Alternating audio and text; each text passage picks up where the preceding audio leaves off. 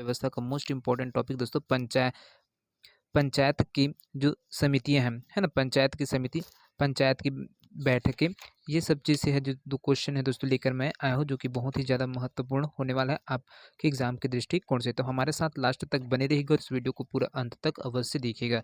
साथ में वीडियो पसंद आएगा दोस्तों तो ज़्यादा से ज़्यादा लोगों तक शेयर अवश्य करिएगा, क्योंकि दोस्तों जो सहायक विकास विस्तार अधिकार भर्ती परीक्षा 2025 को होने वाले उसकी जो तैयारी करने वाले अभ्यर्थी उनके लिए ये जो प्रश्न है बहुत ही ज़्यादा महत्वपूर्ण है दोस्तों। इसको कई बार है जो एडीओ के एग्जाम है उसमें पूछा जा चुका है, 2012 का हो चाहे 2017 का हो, उसमें सब में इस प्रकार के जो क्वेश्चन है वो पूछे गए हैं। तो चलिए बिना किसी देरी के हम लोग अपने पहला प्रश्न की ओर है वो बढ़ते हैं। पहला प्रश्न है दोस्तों, तो आज का जो महत्वपूर्ण टॉपिक है दोस्तों वो है आपका यहाँ पर पंचायती राज की बैठकें। तो पंचायती राज की जो बैठकें होती है उसमें किस प्रकार की जो सदस्यों की संख्या थी, कितने प्रकार की समिति होती है, कौन कौन सी समितियाँ होती हैं, उनके लिए जो उपाध्यक्ष किस प्रकार निर्वाचित किए जाते, किस प्रकार से उनका कार्य होता है, ये सब क्वेश्चन है आप लोगों को इसमें देखने को मिलेंगे। तो पहला प्रश्न है दोस्तों यहाँ पर देखिए, जनपद पंचायत के विषय में क्या सही है। जनपद पंचायत के विषय में कुछ स्टेटमेंट दिए गए हैं दोस्तों, उसमें से आपको बताने की कौन कौन से स्टेटमेंट यहाँ पर सही है। तो देखिए पहला स्टेटमेंट है, निर्वाचित सदस्यों अध्यक्ष और उपाध्यक्ष का नाम प्रकाशित किया जाएगा। दूसरा में दिया है, उक्त प्रकाशन के 30 दिन के भीतर जनपद पंचायत की बैठक बुलाई जाएगी। तीसरे में दिया है, उक्त प्रकाशन के 15 दिन के भीतर जनपद पंचायत की बैठक बुलाई जाएगी। उक्त प्रकाशन की तिथि से 5 वर्ष की अवधि की गणना की जाती है और प्रथम सम्मेलन की तिथि से 5 वर्ष की अवधि की गणना की जाती है। तो यहाँ पर कौन कौन से स्टेटमेंट सही हैं उसको आपको बताते हुए चलना है। तो देखिए जनपद पंचायत के लिए दोस्तों, जो जनपद पंचायत में जो निर्वाचित सदस्य होते हैं, अध्यक्ष और उपाध्यक्ष का नाम है दोस्तों वो प्रकाशित किया जाता है, ये बिल्कुल सही है दोस्तों। कोई भी अगर जनपद पंचायत का जो सदस्य है वो निर्वाचित हो रहा है और उसका अध्यक्ष बनेगा, उपाध्यक्ष का नाम है वो प्रकाशित करना अनिवार्य होता है। साथ में उसके जैसे ही प्रकाशित हो जाएगा उसके प्रकाशन के दिन के बाद, प्रकाशन के दिन से 30 दिन के भीतर जनपद पंचायत की बैठक है वो बुलाई जाती है ना। तो इसको ध्यान में रखिए। उसके बाद उक्त प्रकाशन के 15 दिन के भीतर जनपद पंचायत की बैठक बुलाई जाएगी, तो ये वाला स्टेटमेंट आपका गलत है। उक्त प्रकाशन की तिथि से 5 वर्ष की अवधि की गणना की जाती है, तो ये वाला भी स्टेटमेंट गलत है दोस्तों। जैसे ही प्रकाशन की तिथि होगी 15 दिन के भीतर जनपद पंचायत की बैठक बुलाया जाता है और प्रथम बैठक से दोस्तों, है ना, प्रथम बैठक की तिथि से जो 5 वर्ष की अवधि की गणना है वो किया जाता है। तो आपका यहाँ पर ऑप्शन 5 है वो भी सही है। तो यहाँ पर देखिए 1, 2 और 5 ये तीनों कथन है वो सही है और 3 और 4 है वो गलत है। तो ये किस में दिया है, तो आपका ऑप्शन सी में दिया है, तो ये बिल्कुल सही हो जाएगा, है ना। चलिए अगला क्वेश्चन की ओर है वो बढ़ते हैं।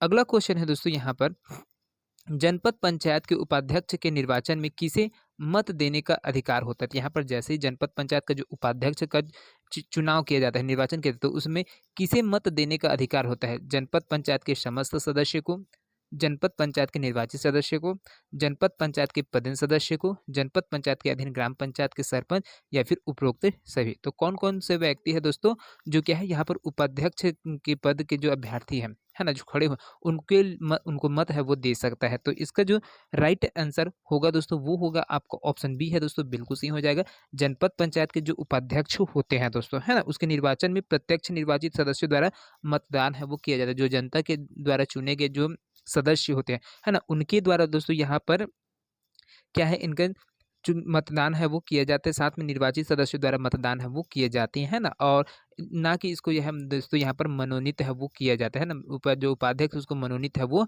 नहीं किया जाता है, उसका क्या है, निर्वाचित सदस्य के द्वारा उसको मतदान दिया जाता है और फिर उसको उपाध्यक्ष है वो चुना जाता है। तो यहाँ पर जो मत देने का अधिकार होता है दोस्तों जनपद पंचायत के जो निर्वाचित सदस्य है वो, आज आपका ऑप्शन बी है वो बिल्कुल सही है। चलिए अगला क्वेश्चन की ओर है वो बढ़ते हैं। यहाँ पर तीसरे नंबर का क्वेश्चन है, भारत के संविधान के 73वें संशोधन के अनुसार ग्राम पंचायत के कार्यकाल की गणना कब से की जाती है।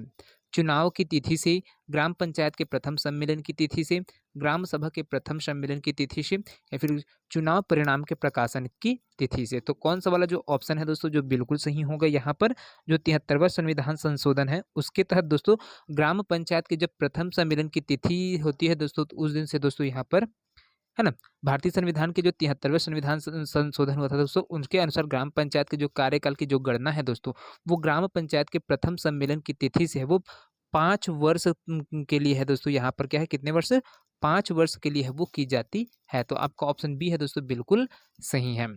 इसको एडीओ का एग्जाम हुआ था 2012 में, उसमें पूछा गया प्रश्न है।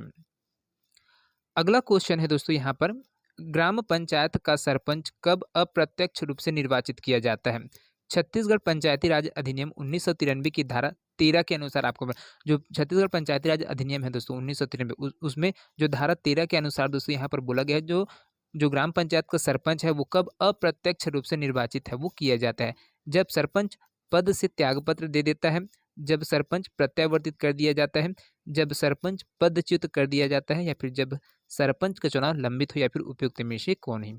तो कौन सा वाला दोस्तों यहाँ पर जो आंसर है वो सही होगा दोस्तों? तो यहाँ पर देखिए, जो छत्तीसगढ़ पंचायती राज अधिनियम 1993 की जो धारा 13 है दोस्तों, धारा 13 है ना, जिसमें बताया गया है ग्राम पंचायतों का गठन है वो बताया गया, तो उसके अनुसार ग्राम पंचायत का जो सरपंच का चुनाव दोस्तों लंबित होने पर, कब दोस्तों, जब लंबित होता है ना, जब लंबित रहेगा, लंबित होने पर दोस्तों अप्रत्यक्ष रूप से क्या है, निर्वाचन है वो किया जाता है, जो तत्कालीन पंचों द्वारा अपनों में से चुना जाता है, और जिसे स्थापन्न सरपंच है वो कहा जाता है, जिसको स्थानांतरित मतलब ट्रांसफर्ड, जो आपका जो सरपंच होता है उसको क्या स्थापन्न सरपंच के नाम से उसको हम लोग जानते हैं। तो यहाँ पर जो आपका ऑप्शन ऑप्शन कौन सा वाला ऑप्शन है दोस्तों आएगा? तो यहाँ पर आपका ऑप्शन डी है वो बिल्कुल सही हो जाएगा। जब सरपंच का चुनाव लंबित होता है तब दोस्तों यहाँ पर है जो पंचों के द्वारा अपने से ही किसी को चुन लिया जाता है, और उसको क्या है, सरपंच का पद है वो अप्रत्यक्ष रूप से उसको निर्वाचित किया जाता है। तो आपका ऑप्शन डी है बिल्कुल सही है। अगला क्वेश्चन है दोस्तों यहाँ पर देखिए, 5वां नंबर का क्वेश्चन है, ग्राम पंचायत के सम्मेलन के विषय में सही क्या है? तो यहाँ पर कुछ स्टेटमेंट दिए हैं, उनको आपको बताते हुए चलना है कि किस प्रकार से ग्राम पंचायत की जो बैठक होती है ना, अब सम्मेलन होती है, उसमें जो सही सही कथन है उसको देखिए। तो सरपंच प्रत्येक माह एक सम्मेलन बुलाएगा, ये वाला स्टेटमेंट सही है कि गलत है दोस्तों? तो ये वाला दोस्तों जो स्टेटमेंट है वो बिल्कुल सही है। सरपंच प्रत्येक माह एक जो सम्मेलन है वो बुलाता है ना? क्या यदि यदि ग्राम पंचायत के जो 50% या फिर आधे से अधिक सदस्य पंच पंचायत की विशेष बैठक के लिए दोस्तों आवेदन करते हैं, तो सरपंच 7 दिनों के अंदर बैठक है वो बुला भी सकता है। ये अलग चीज़ है, तो इसको भी ध्यान में रखिएगा। सरपंच प्रत्येक 2 माह में एक सम्मेलन बुलाएगा, ये वाला चीज़ बोला गया है दोस्तों, तो यहाँ पर ये वाला गलत है दोस्तों। सरपंच प्रत्येक 2 माह में एक सम्मेलन नहीं बुलाएगा, बल्कि प्रत्येक माह में एक सम्मेलन है वो बुलाता है, जिसको है ना ज़रूरी होता है। अगला देखिए, आधे से अधिक पंच विशेष सम्मेलन हेतु अनुरोध कर सकते हैं, तो बिल्कुल सही चीज़ है दोस्तों। यहाँ पर जैसे अगर कोई विशेष बैठक करना है ना, ग्राम पंचायत की जो विशेष बैठक करनी होती है, तो उसमें जो पंचायत के जो 50% या फिर आधे से अधिक सदस्य जो पंच होते हैं ना, उनके द्वारा विशेष बैठक के लिए आवेदन कर सकते हैं, और 7 दिन के अंदर है वो बैठक है वो बुलाया जा सकता है। तो ये आपका सी वाला ऑप्शन है वो बिल्कुल सही है। उसके बाद अगला देखते हैं डी वाला, है ना। इसमें देखिए, यदि सरपंच ऐसा विशेष सम्मेलन नहीं बुलाता तो उप सरपंच सम्मेलन बुलाएगा, तो ये वाला बिल्कुल गलत है दोस्तों। यहाँ पर देखिए, सरपंच नहीं बुला रहे तो उप सरपंच है वो सम्मेलन है वो नहीं बुला सकते हैं, है ना। अगर बुलाना होगा तो उनको आधे से ज़्यादा जो पंच है मिलकर है वो बुलाएंगे, है ना, उनके साथ में उप सरपंच मिलकर बुला सकता है। यदि सरपंच विशेष सम्मेलन बुलाने से इनकार कर देता है तो सदस्य स्वयं सम्मेलन बुला सकते हैं, तो ये बिल्कुल सही है दोस्तों। यहाँ पर देखिए, सरपंच आवेदन प्राप्त होने के बाद भी बैठक बुलाने में अगर असफल रहता है तो वे सदस्य स्वयं बैठक बुला सकते हैं जिन्होंने जिन्होंने बैठक के लिए आवेदन किया है, और साथ में इस बैठक की जो सूचना है सचिव द्वारा है वो जारी की जाएगी। तो यहाँ पर देखिए, आपका ए, सी और ई, ए, सी और ई है दोस्तों, ये तीनों सही होते हैं किसमें ऑप्शन में? तो ऑप्शन डी में है ये, तो आपका ऑप्शन डी है वो बिल्कुल सही हो जाएगा।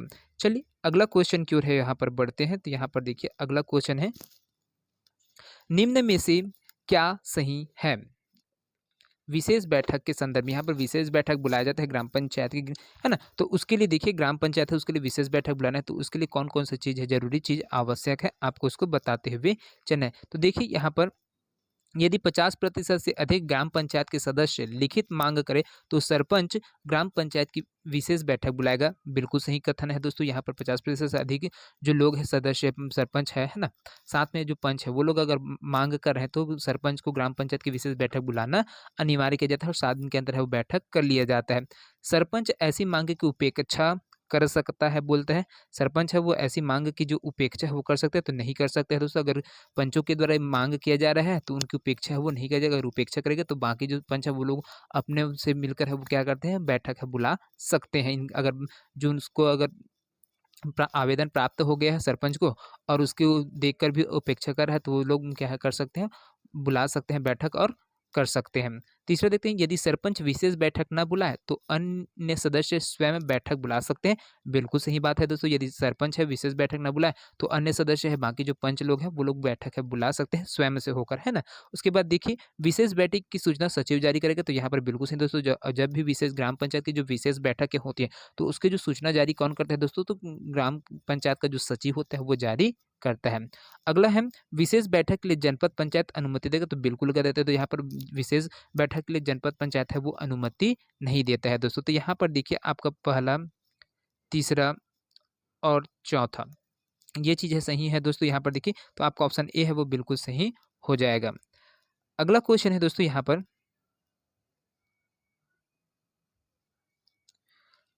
अगला क्वेश्चन है देखिए, सम्मेलन की प्रक्रिया के बारे में जो सही कथन है दोस्तों उसको देखना है, कौन कौन सी चीज़ है वो सही है उसके बाद बताना है आपको, है ना। तो यहाँ पर देखिए सम्मेलन की प्रक्रिया के बारे में जो सही कथन है उसको आपको यहाँ पर बताना है, कौन कौन से स्टेटमेंट है यहाँ पर सही होंगे। तो ग्राम पंचायत की बैठक में गणपूर्ति कुल सदस्यों के 1/3% है। तो ये क्या सही है दोस्तों, तो नहीं दोस्तों, यहाँ पर पंचायत की बैठक में गणपूर्ति कुल सदस्यों के 1/3% नहीं होता। तो ये कितना होता है दोस्तों, 1/10% सदस्य संख्या की आवश्यकता पड़ती है। जब ग्राम पंचायत की बैठक होना है और उसमें गणपूर्ति करना होता है तो कुल सदस्यों के 1/10% भाग है वो होना चाहिए, तब यहाँ पर बैठक के गणपूर्ति होगा। दूसरा देखते हैं, जनपद पंचायत की बैठक में गणपूर्ति कुल सदस्यों के 1/3% है दोस्तों। तो ये बिल्कुल सही है दोस्तों। जब जनपद पंचायत है, जनपद पंचायत की में हो दोस्तों आपका क्या कहते हैं गणपूर्ति है होता है, उसके लिए कुल सदस्य संख्या के 1/3% है वो बिल्कुल सही चीज है। जिला पंचायत की बैठक में गणपूर्ति कुल सदस्यों के 1/3% है बोला गया है दोस्तों। तो यहाँ पर देखिए ये वाला भी बिल्कुल सही है दोस्तों, जिला पंचायत की बैठक में गणपूर्ति कुल सदस्यों के 1/3% है वो लगता है। और ग्राम पंचायत की बैठक में गणपूर्ति कुल सदस्यों का 50% है तो ये भी बिल्कुल सही है दोस्तों। आपको ग्राम पंचायत की बैठक में गणपूर्ति कुल सदस्यों का 50% होता है।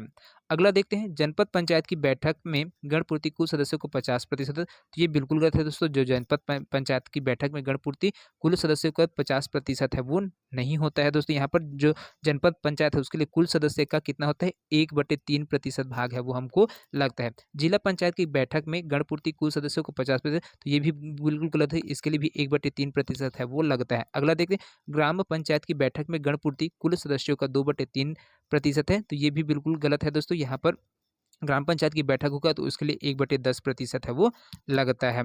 अगला है, जनपद पंचायत की बैठक में गणपूर्ति कुल सदस्यों का 2/3% है करके बोला गया है दोस्तों। यहाँ पर 2/3% है बोला गया, तो ये भी आपका गलत हो जाएगा। तो यहाँ पर देखिए कौन कौन सी चीज़ सही है, आपका दूसरा सही हुआ, तीसरा सही हुआ और चौथा सही हुआ, है ना। बाकी जो गलत है, तो यहाँ पर देखिए 2, 3 और 4 है, ये वाला ऑप्शन है वो बिल्कुल सही हो जाएगा। चलिए अगला क्वेश्चन है दोस्तों, यहाँ पर देखते हैं।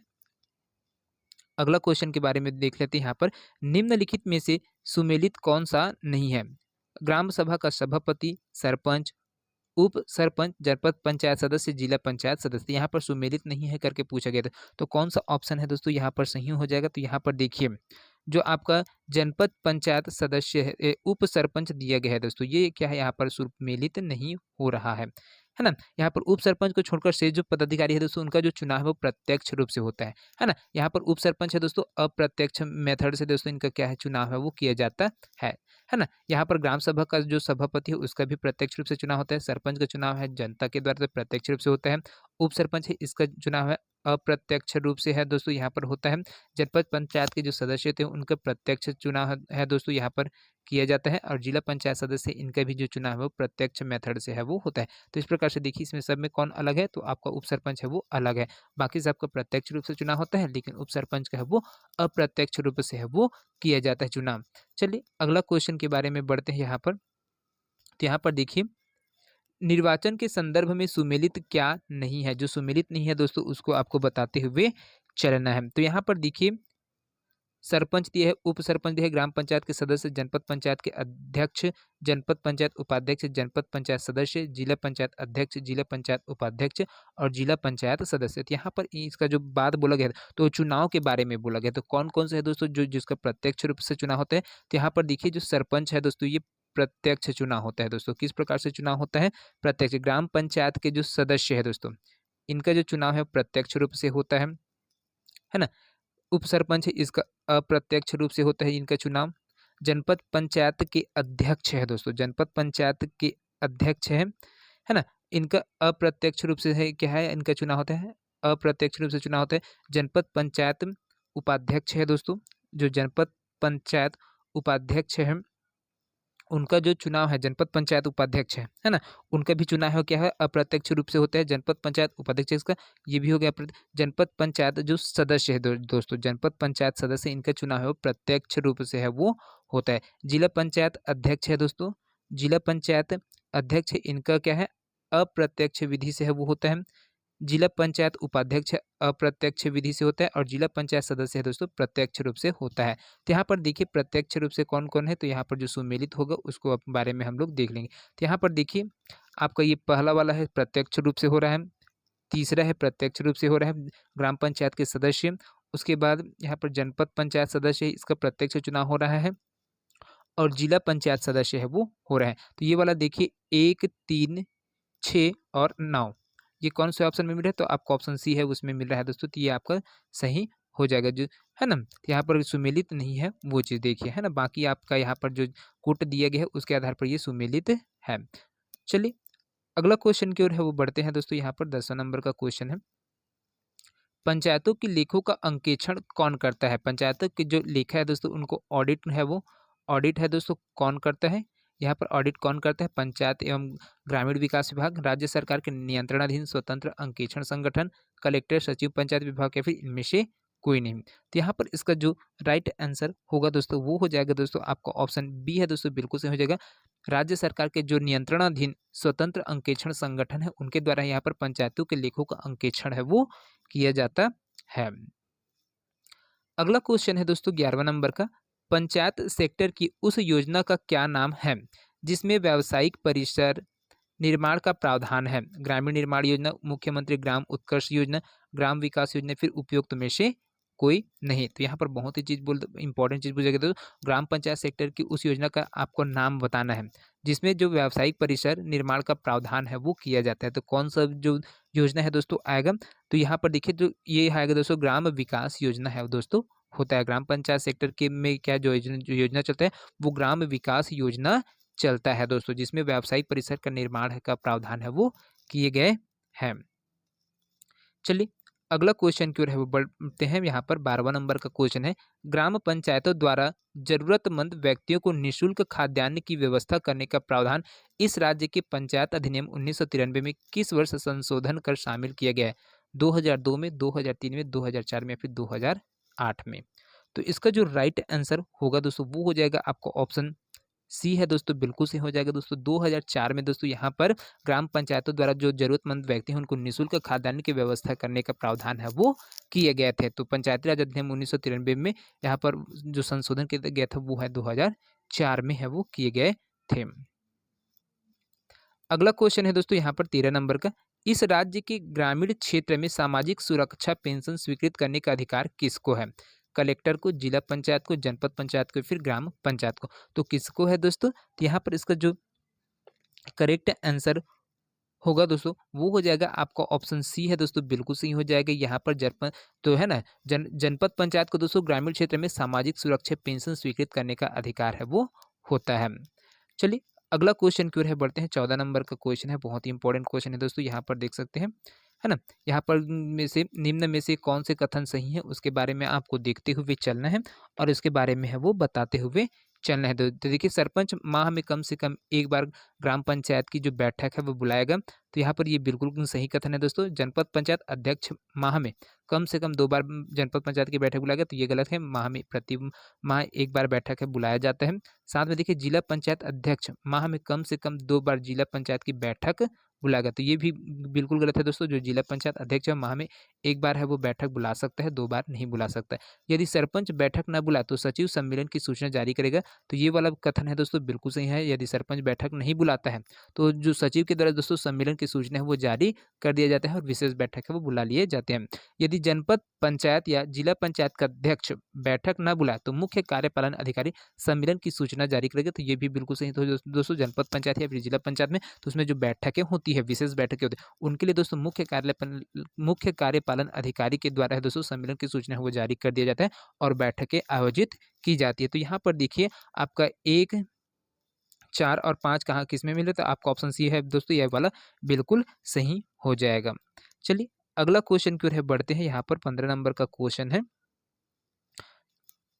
गणपूर्ति के विषय में सही क्या है। गणपूर्ति के विषय में दोस्तों यहाँ पर जो चीज़ दी गई है उसको आपको बताते हुए चलना कि कौन सा स्टेटमेंट है वो बिल्कुल सही है।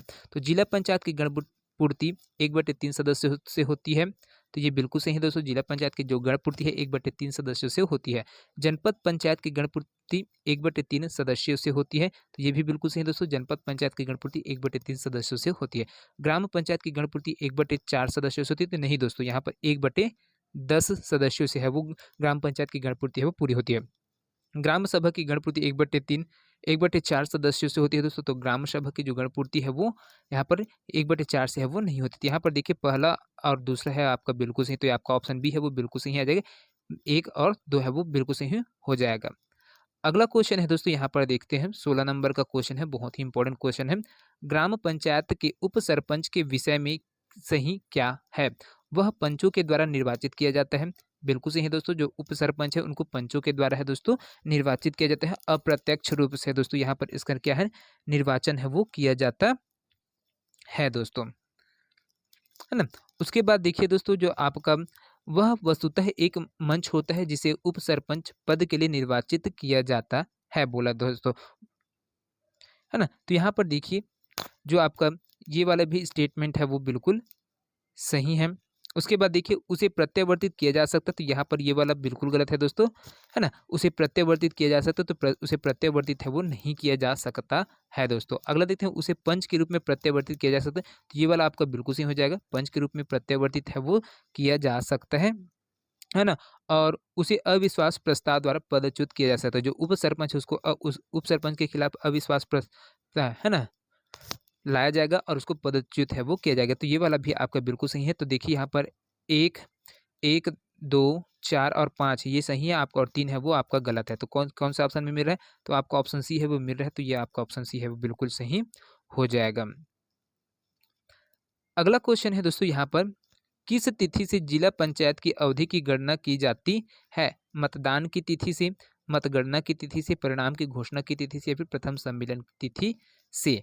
तो किस तिथि से दोस्तों जिला पंचायत की अवधि की है वो गणना है वो किया जाता है। तो यहाँ पर इसका जो राइट आंसर होगा दोस्तों प्रथम सम्मेलन की तिथि से है दोस्तों। यहाँ पर जिला पंचायत की जो अवधि है वो जैसे प्रथम सम्मेलन बैठक हो तो उस दिन से दोस्तों 5 वर्ष के लिए दोस्तों यहाँ पर क्या है उसकी गणना है शुरू हो जाती है। जी पंचायती राज निकाय में दोस्तों जो कार्यकाल होते हैं या फिर जिसकी अवधि होती है दोस्तों उसकी जो गणना है वो किया जाता है प्रथम सम्मेलन की तिथि से किया जाता है दोस्तों, है ना।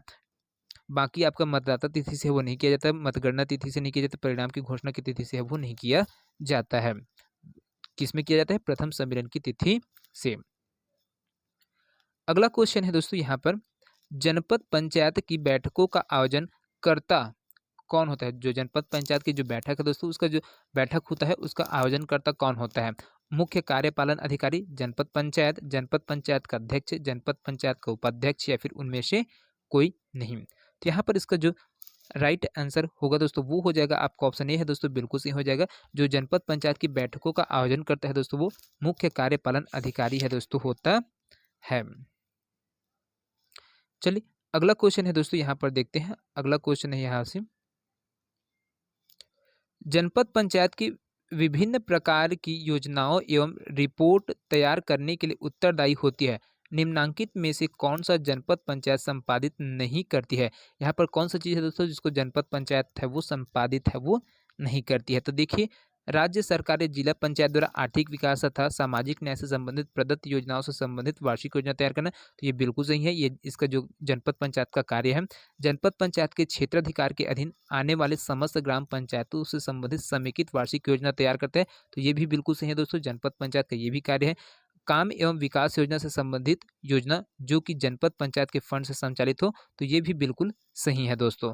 बच गया आपका ऑप्शन डी। तो केंद्र सरकार द्वारा प्रदत्त वार्षिक योजनाओं के क्रियान्वयन के संबंध में, तो ये नहीं है दोस्तों, यहाँ पर इसका जनपद पंचायत का ये कार्य नहीं दोस्तों।